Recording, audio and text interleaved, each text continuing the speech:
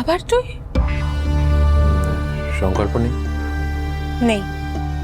তোর রোজ রোজ সংকল্পের সাথে এত কথা বলার কি দরকার বলতো? না, আজ তোর সাথে কথা আছে। আমার সাথে? বল, কি বলবি? এখানে দাঁড়িয়ে বলবো না, ভেতরে যেতে পারি। আয়। বসতে বলবি না? কি বলতে এসেছিস বল। আজ আমাদের শো। তো আমি চাই তুই আসিস।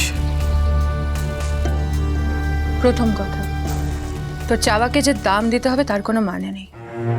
আর দ্বিতীয় কথা, আমি জানি তুই কেন আমাকে ইনভাইট করছিস।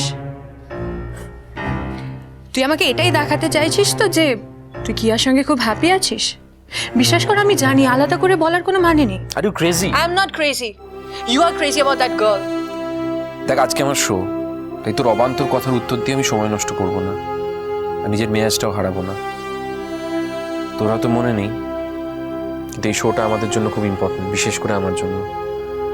আমার মনে হচ্ছিল আমি বাড়ি বয়ে তোকে বলতে এলে তুই না করতে পারবি না, সেই জন্য এসেছিলাম। কেন রে?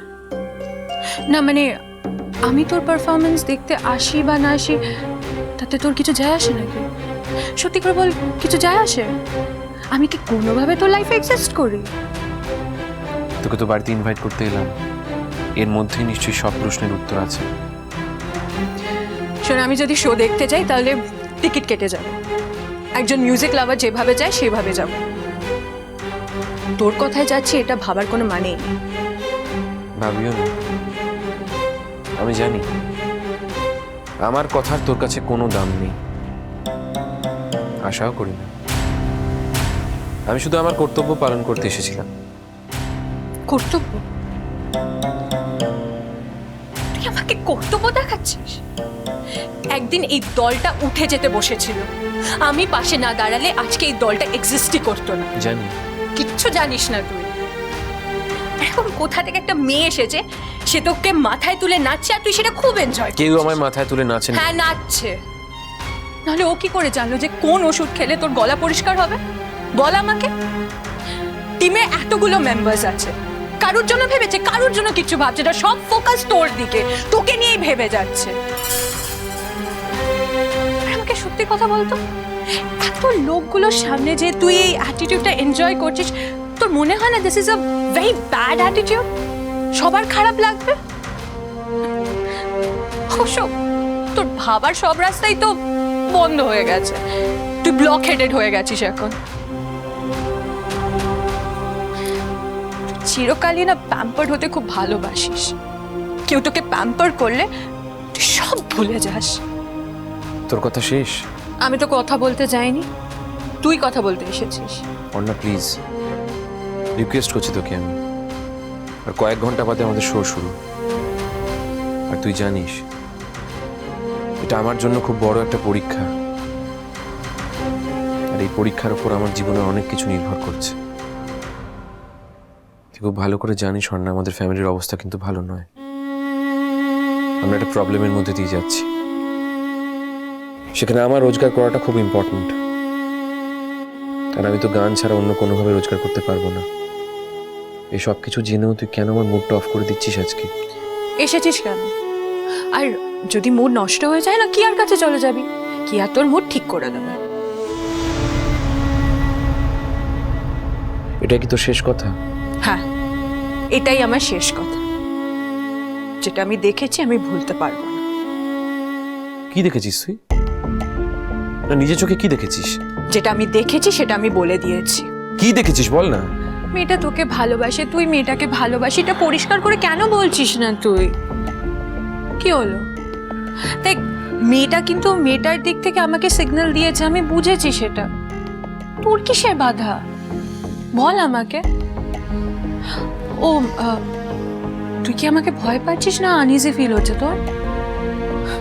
মানে একদিন আমার সঙ্গে তোর এই সম্পর্কটা ছিল আর আজকে অন্য একজনের সাথে আছে না, সেই জন্য তুই চাস না যে আমি তোর রিহার্সাল রুমে যাই না? তাই গেলেই বারবার তুই আমাকে ইনসাল্ট করিস, খারাপ খারাপ কথা বলিস না?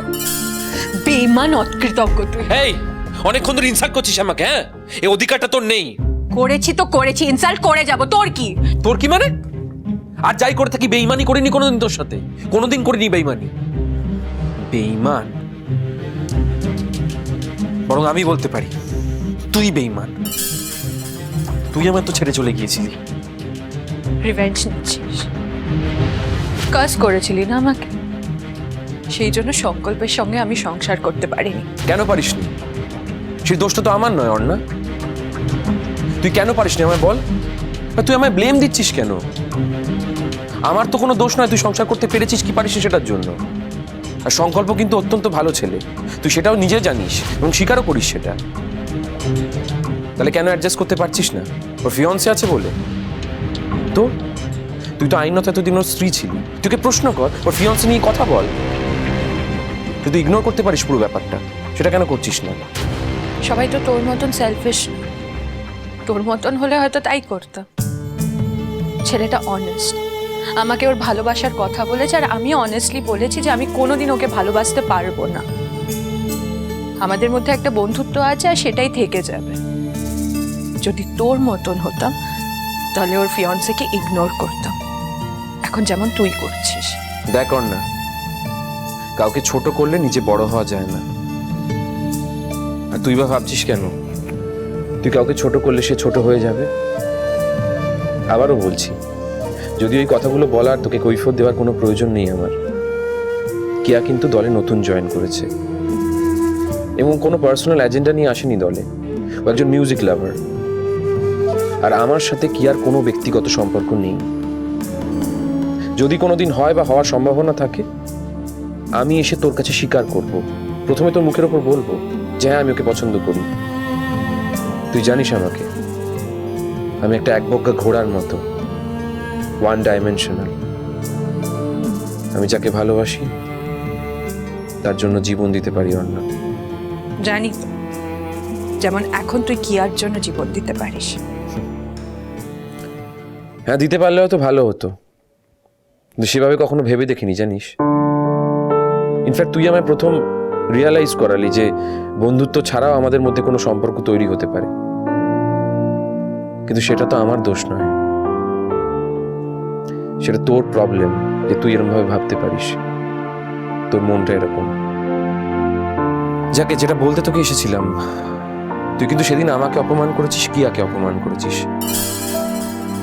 শুধু আমাদের নয়, আমাদের প্রত্যেকটা মেম্বারকে অপমান করেছিস। তারপরেও কিন্তু তোকে আমি ইনভাইট করতে এসেছি, তা সত্ত্বেও তুই আমাকে অপমান করে চলেছিস। আমি ইনসাল্ট করছি? তুই ইনসাল্ট করেছিস, কি আমাকে ইনসাল্ট করেছে?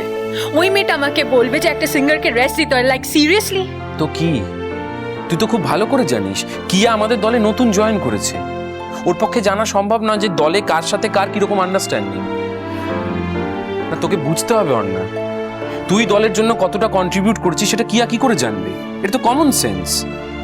ও কিন্তু তোকে হার্ট করার জন্য বলেনি, একটা জেনারেল কমেন্ট করেছে। আর তুই গায়ে কেন মারছিস? আর তুই কি করলি আগের দিন? সবার সামনে শিশিটা ভেঙে ফেলে দিলি। না, তোকে তো বুঝতে হবে তুই অন্যায় করেছিস। আমি যদি অন্যায় করে থাকি, সেই অন্যায়টা নিয়ে আমি আমার মতন থাকবো। তুই কেন এসেছিস আমার সঙ্গে কথা বলতে? ও, তুই আসলে চাস যে কিয়াকে গিয়ে আমি সরি বলি, তাই তো? দেখ অর্ণা, তুই তো বুদ্ধিমতী মেয়ে। কাউকে সত্যি অর্থে সরি বলতে গেলে একমাত্র নিজের মনে মনে বলা যায়। যতই তুই লোকের সামনে হাত জোর করে ক্ষমা চা না কেন, সরি বল না কেন, সেই সরির কোনো মানে নেই, কোনো মূল্যই নেই। যেটা তুই খুব ভালো করে জানিস, তোকে বোঝাতে হবে না। আর আমি সত্যি বলছি, তোর যদি মনে হয় যে তুই সরি বলার মতো কোনো অন্যায় করিসনি, আমি কিন্তু তোকে জোর করবো না। আমি তোকে একবারও বলবো না তুই সরি বল। আমি বেসিক্যালি তোর ভালোর জন্য বলছিলাম। তার কারণ আগের দিন তুই যেভাবে বিহেভ করেছিস তাতে অনেকেই খুব অবাক হয়েছে। সত্যি কথা বলতে কি, তুই নিজেকে প্রকাশ করে ফেলেছিস অর্ণা। কি প্রকাশ করেছি আমি? ছাড়ো সব কথা বাদ দে এখন। না, কেন বাদ দেবো? মানে ঘুরে ফিরে তো তুই সেই কথাটাই বলে যাচ্ছিস। আসলে তোর সহ্য হচ্ছে না যে কিয়াকে আমি ইনসাল্ট করেছি, সেখানেই তোর জ্বালা ধরছে। সেটা ঠিক বলেছিস। জ্বালা তো একটা ধরছেই। আসলে কিয়াকে বন্ধু হিসেবে স্বীকার করেছি তো, আর আমার এক বন্ধুকে যখন আমারই কাছের একজন মানুষ অপমান করেছে তখন খারাপ তো লাগবেই। কাছের লোক? এই কথাটা না বাদ দিয়ে কথা বল। যদি আমার সম্পর্কে বলিস তাহলে প্লিজ বাদ দিয়ে দে কথাটা। আমার যা বিশ্বাস তাই বললাম, তোর বিশ্বাস আলাদা, আলাদা হোক। তবে একটা কথা বলবো না, তুই কিন্তু অনেকটা পাল্টে গেছিস জানিস। আগে আমার শোয়ের দিন তুই কখনো আমার সাথে এইভাবে বিহেভ করতে পারতিস না। আজ আমার জীবনে একটা অত্যন্ত গুরুত্বপূর্ণ দিন, তাতে তোর কিচ্ছু যায় আসে না। তুই ভাবতে পারবি না, তোর পক্ষে ভাবা সম্ভবই না, কারণ তোর ভাবনায় এখন অন্য কেউ আছে।